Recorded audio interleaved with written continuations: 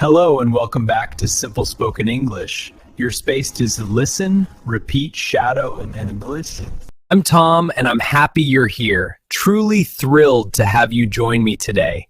In this episode, I speak slowly and I repeat ideas so you can shadow my voice. Practice your speaking and build your confidence step by step. Today, we will talk about how to describe your day in English, not just short sentences. By the end of this episode, you will be able to talk about your day using clear, natural sentences that feel like you. Let's begin. Why practice talking about your day? It's important because your day is real. It's something that happens every day. You know it well, inside and out.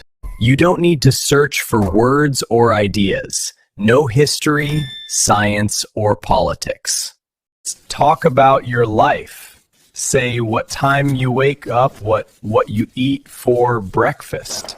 Say if you go to work, school, or stay at home. Say how you feel, tired, busy, happy, or relaxed. The best part, describing your day practices real English. Useful English for real life. You don't need to be perfect. Just try. Talk about your day to think in English more naturally.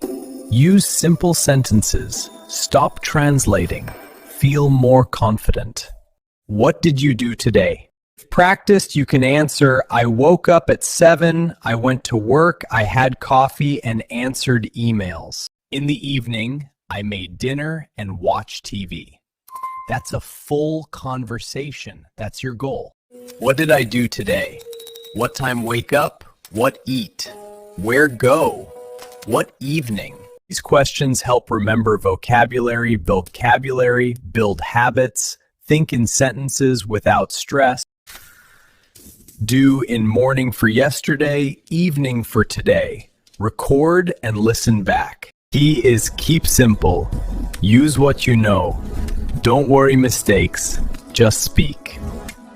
Practice, easier it becomes. 1 sentence today, 2 tomorrow, whole story next week. Today, let's build that skill together, step by step, word by word, 1 real sentence at a time.